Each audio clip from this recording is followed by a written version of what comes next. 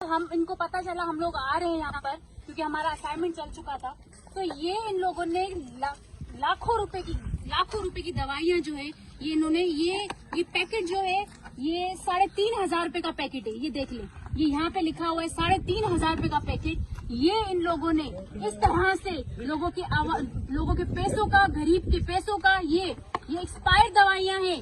इन्होंने पता चला कि हम आने वाले, ये एक्सपायर दवाइयाँ जो है ये लोग उन गरीबों को देना चाहते थे और दे रहे होंगे, क्योंकि इन्होंने पता चला कि हम आ रहे हैं तो इन्होंने आज जो है ये दवाइयाँ सारी जला दी।